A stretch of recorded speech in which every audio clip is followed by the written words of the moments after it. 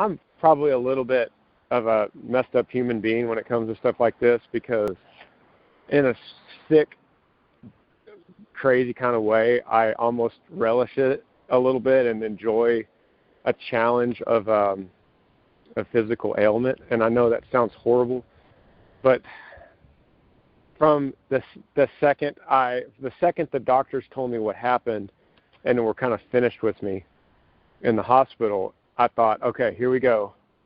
Challenge accepted. What's the record time that someone could recover from this?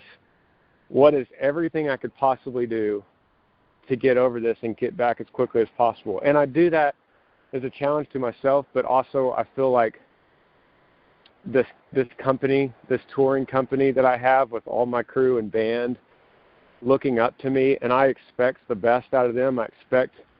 I expect them to take care of themselves and to bounce back with adversity. And I speak these kinds of things to them quite a bit, and I stand up in front of them, and I want them to be the best men that they could be, the best fathers and husbands and players and people that represent our team. I want them to be the best that they could be. And so because of that, I have to have the highest standard on myself. So things like this, I'll jump on my phone, and I started Googling and watching videos and watching these kind of injuries and seeing, the first thing I knew was I have to make my diet absolutely 100% flawless. Everything that goes in has to be some kind of food that is only going to help me, nothing to hinder me, no sugars.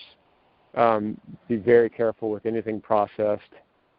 And so that was the first thing I realized. And then I wanted to take on every kind of breathing exercise that I could. So I watched all these yoga breathing exercises, and things like this are great because at the end of the day, when this is all finished, I'll have a bunch of new breathing exercises that I'll probably carry with me long after this injury, and that no doubt would help a singer or someone that's active and singing on the stage. I think this will help me in my career to have more endurance and to have healthier lungs, and so I think there is a lot, in a strange way, there's a lot of good that's actually going to come out of this. Standing up and sitting down has been the biggest pain, and I finally got over that Wednesday. Tuesday was the worst. It led up to Tuesday with the most pain, and I was having to double up on medication because just I'd be fine if I was standing, and I'd be fine if I was laying down or kind of tilted up. But the process of going down and getting up was like a shotgun in my spine. The only time I've had to learn a lot about this. The only time you operate on ribs, or if your chest cavity is caved in and has some kind of deformity, which sometimes happen in a bad car accident. So if your cavity is normal, they don't operate. They let the ribs heal on their own, and mine were completely separated.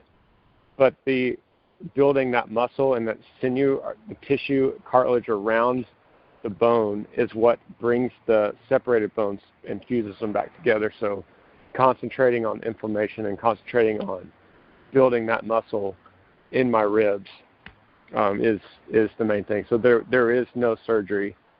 And then the lungs evidently heal very quickly, especially if you're up on exercises. Yeah, that's been great. Just being home. I'm going to be home all told for 6 weeks, and my wife and I figured out that's the longest period of time I'll ever be home since we've even known each other. Not even since we've been married, but since we've even known each other, I've never been home for 6 weeks. And so, hey, there's something kind of exciting about that, and exciting about the band and crew being able to rebuild and take all the gear and clean it, and all the transportation gear that we have needs fixed. And so me being at home, my mother came in, so she helps a lot. Having 3 kids is almost impossible for Amber to handle me and the kids. So my mom's helping out a lot, and the kids have been, the 2 older kids have been super sweet and very helpful. I put them on what I've been calling missions So I'll have a mission, and I'll say, all right, line up. There's a mission. I need my socks on. And they'll put my socks on for me. All right, I need my shoes. And they'll run go get my shoes. And so I'll need an ice pack. I've been icing for 20 minutes every hour. And so they'll run and get my ice pack. And they've been great about all that. Yeah, for some reason, they really understand. And from the minute I got home, they had seen it on the internet, so they were reenacting Daddy's fall. So they still do it. They go up, they stand on the on the edge of the couch and fall into the ottoman, and they try to reenact the fall. So they keep talking about, Daddy, when you get well, we're gonna do this. Daddy, when you get well, we're gonna do this. So I guess they were prepped by Amber, but they really understand what happened, how it happened, and that I can't be normal for a little bit longer.